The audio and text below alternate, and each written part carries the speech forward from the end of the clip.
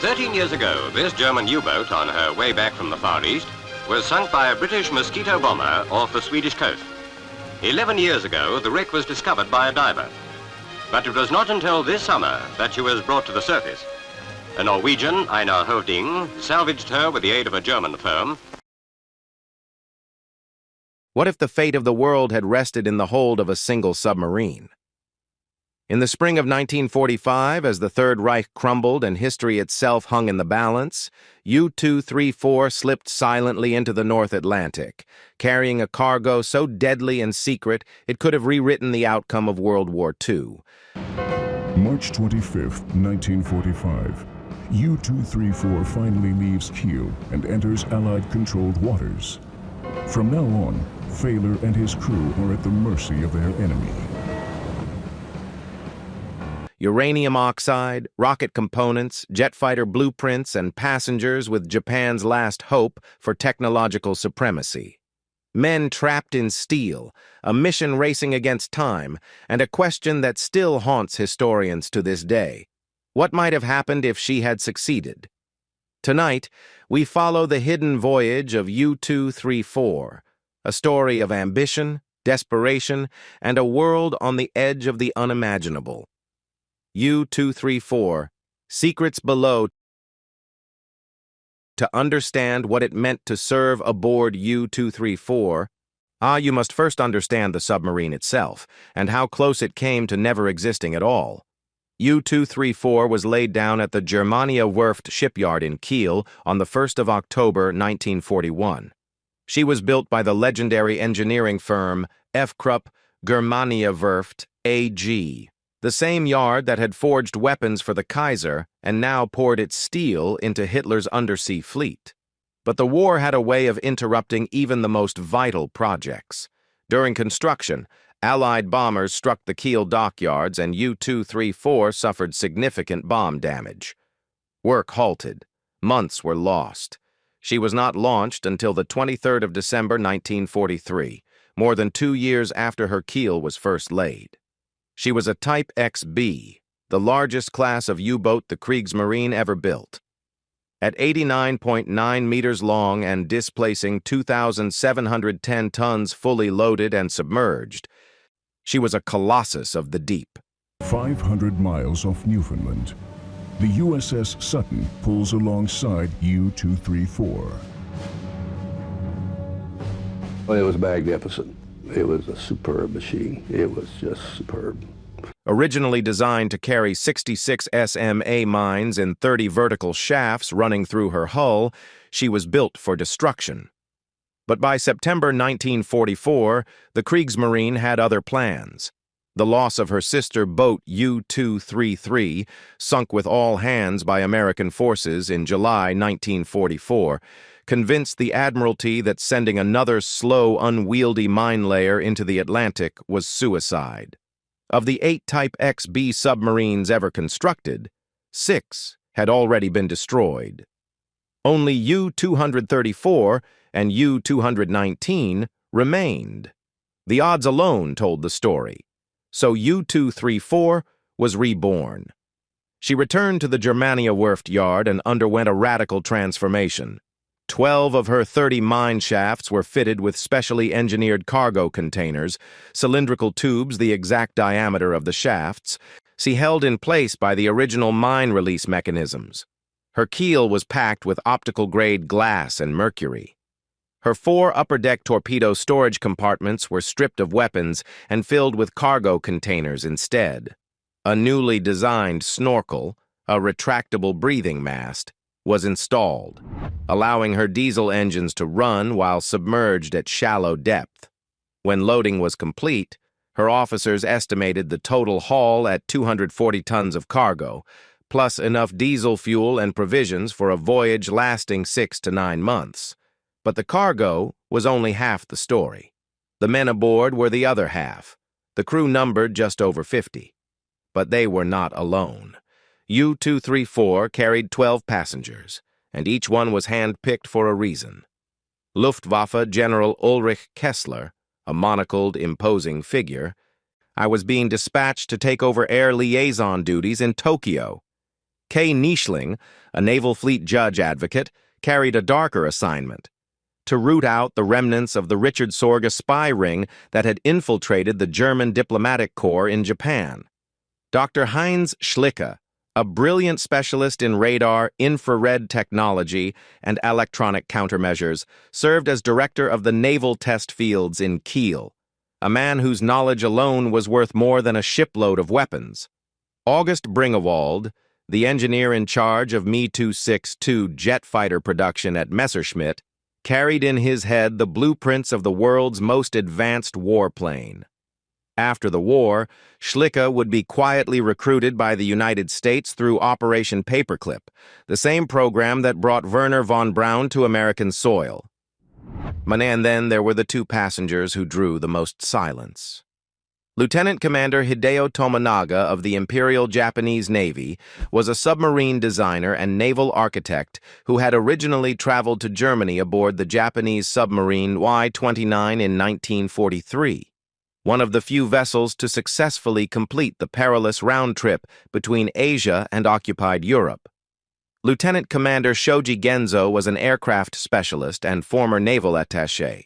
Both men had been stranded in Germany for months as Allied forces tightened the noose, unable to return home by any conventional route. Now they were being smuggled back aboard U-234, carrying with them technical documents, personal expertise, and a quiet understanding of German advances in rocketry, jet propulsion, and radar that no written report could fully capture. They were quiet men. Reserved. They kept to themselves in the cramped quarters allotted to them near the officers' mess. But their eyes missed nothing, and their fate, still unknown to them, would become the most haunting chapter of this entire voyage. U-234, The Deadly Voyage. Even before U-234 reached the open Atlantic, the mission nearly ended in disaster. On the evening of the 25th of March, 1945, U-234 slipped out of Kiel under the cover of darkness, accompanied by escort vessels and 3 small Type 23 coastal U-boats.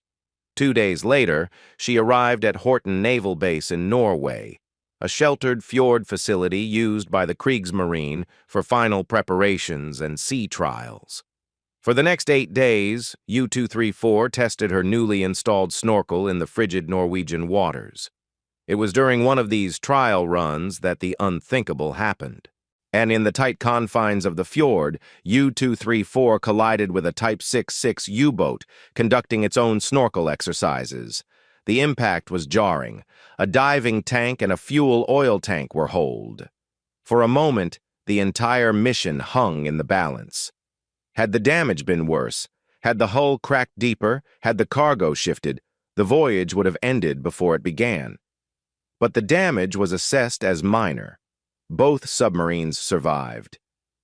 U-234 limped to Kristiansand, arriving around the 5th of April, where she underwent emergency repairs, replenished her fuel, and topped off her provisions. Every man aboard knew that other submarines had not been so lucky. Just 2 months earlier, on the 9th of February 1945, the U-864, carrying a strikingly similar cargo of German military technology and Japanese passengers, had been torpedoed and sunk, with all 73 hands off Bergen, Norway, by the British submarine HMS Venturer. It was the only confirmed instance in history of one submarine sinking another, while both were fully submerged. The crew of U-234 knew this story. They carried it with them like a second cargo, invisible but heavy. On the evening of the 15th of April 1945, U-234 finally departed Kristiansand. As she glided out of the harbor, a sign posted on the dockside wall stared back at the departing crew. It read, "The enemy shall find nothing but rats and mice in Germany. We shall never capitulate." Within 2 weeks, those words would become a cruel joke. But for now, they were the last words of the Reich that Fehler and his men would ever see on dry land. The planned route was staggering in its ambition. From Kristiansand, U-234 would thread her way through the heavily patrolled waters between Norway and Scotland, a gauntlet of British mines, sonar buoys, and roving destroyer escorts. From there, she would push deep into the open Atlantic, turning south toward the equator, rounding the Cape of Good Hope at the southern tip of Africa, and crossing the vast Indian Ocean to a Japanese-held port. A journey of roughly 12,000 nautical miles. The crew had been provisioned for 6 to 9 months at sea. To survive the first and most dangerous leg, Failor kept U-234 submerged at snorkel depth for 16 consecutive days. 16 days without surfacing. 16 days of breathing recycled air, and of hearing nothing but the low drone of diesel engines drawing oxygen through a narrow mast, barely breaking the waterline.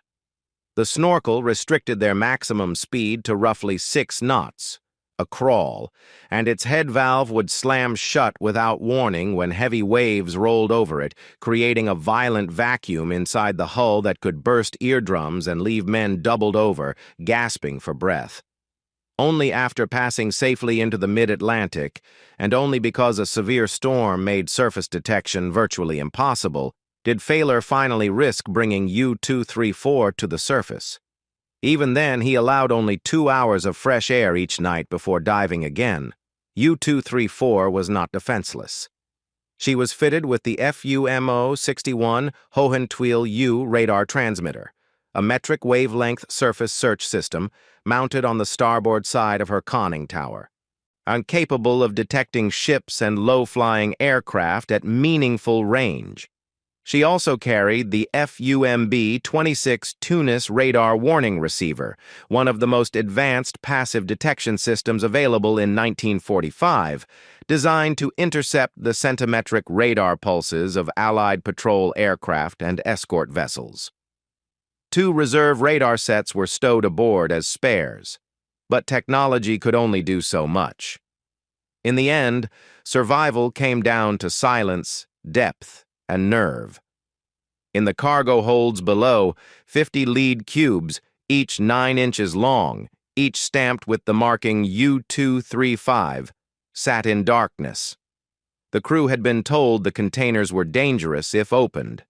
Whether this was a genuine safety warning about pyrophoric material or simply a lie to prevent curious sailors from inspecting the cargo too closely, no one knew for certain. What they did know was this. Whatever was inside those containers, someone considered it important enough to risk an entire submarine and every life aboard to deliver it halfway around the world. And then came the message. Surrender at sea. On April 30th, 1945, deep beneath the North Atlantic, the crew of U-234 intercepted a coded transmission from Kriegsmarine headquarters, one of the last coherent signals to emerge from a command structure already collapsing under the weight of defeat. The message was stark and unmistakable. Adolf Hitler was dead. For the men aboard the submarine, the news struck like a depth charge. Some felt vindicated, confirming what they had long suspected. Others were left hollow-eyed, silent, and unmoored, trapped underwater thousands of miles from home, carrying a cargo intended for a war that no longer existed. Or Failor, the experienced Kapitänleutnant, assembled his officers in the cramped control room and read the message aloud. The silence that followed was profound. There was no panic, a crew member recalled decades later. There was just nothing, a kind of emptiness. Failor faced one of the most consequential decisions of his career. Europe had fallen. Germany had surrendered unconditionally on May 8, 1945, but the Pacific War still raged. The mission of U-234, to deliver advanced technology and uranium oxide to Japan, remained technically viable. The submarine carried over 1,000 pounds of uranium oxide, disassembled V-2 rockets, jet fighter blueprints, and 2 Japanese officers tasked with carrying the technical ambitions of their empire. In any other circumstances, completing the mission could have tipped the balance in Tokyo's favor. But the collapse of Germany had changed everything.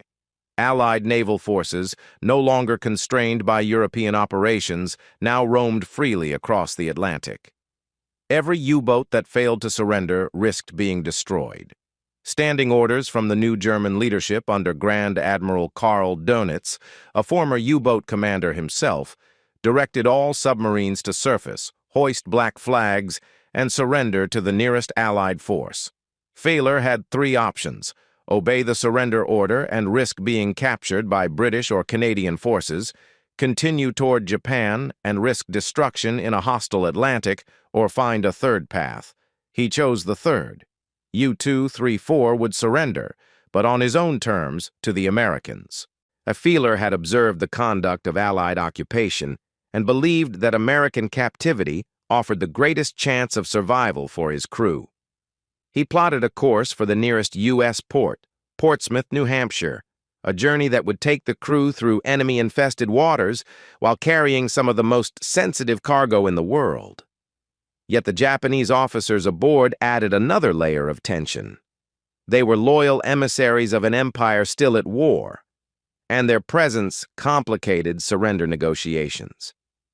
Failure treated them with careful respect, but understood that their fates, like his own, were now at the mercy of forces far larger than any one man or submarine. For 72 hours, Failure wrestled with this decision, balancing duty, survival, and morality in a world that had abruptly ended beneath the waves. His choice would spare lives, secure sensitive technology for the Allies, and mark the final chapter of one of World War II's most extraordinary voyages, a mission born in desperation, carried out in silence, and concluded in surrender, with the world above forever changed. The tragedy of Tominaga and Shoji.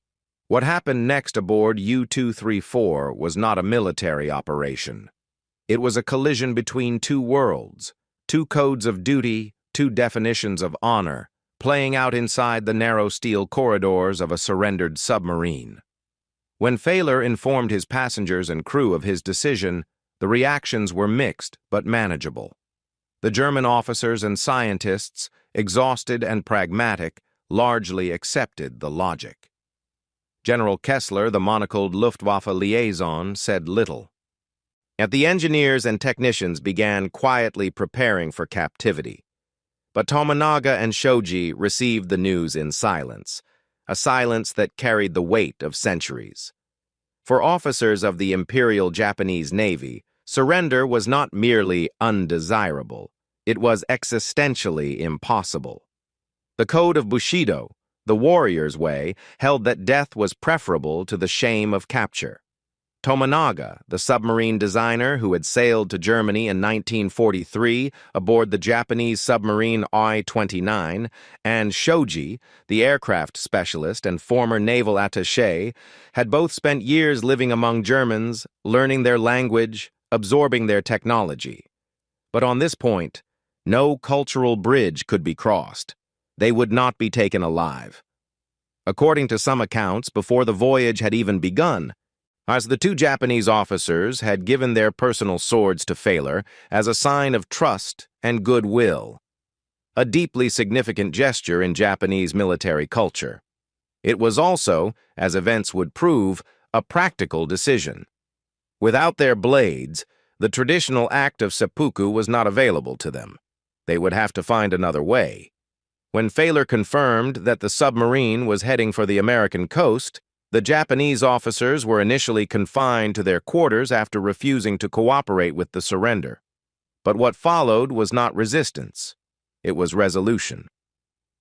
The two men calmly informed the German captain of their intention. They asked that their bodies be disposed of at sea.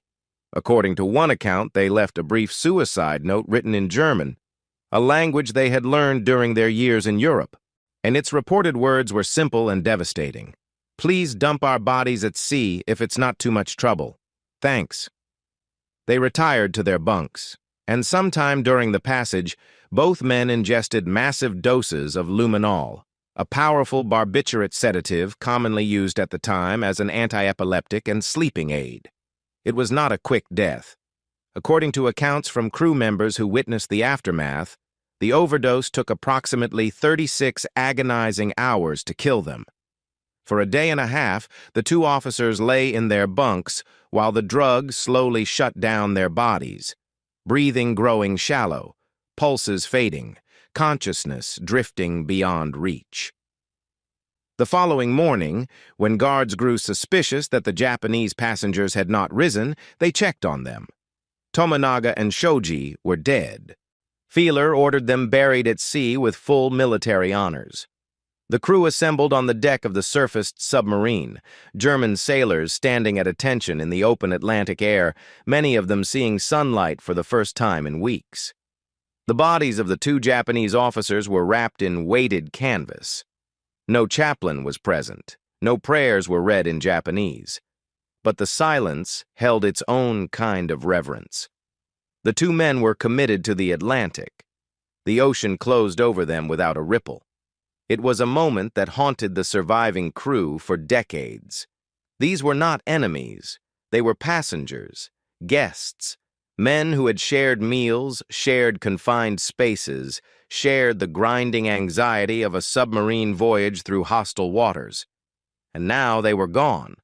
Not killed by a torpedo or a depth charge, but by a code of honor that the German sailors respected even if they could not fully understand it. Tominaga had traveled to Europe aboard the U-864, one of the very few Japanese submarines to successfully complete the perilous route.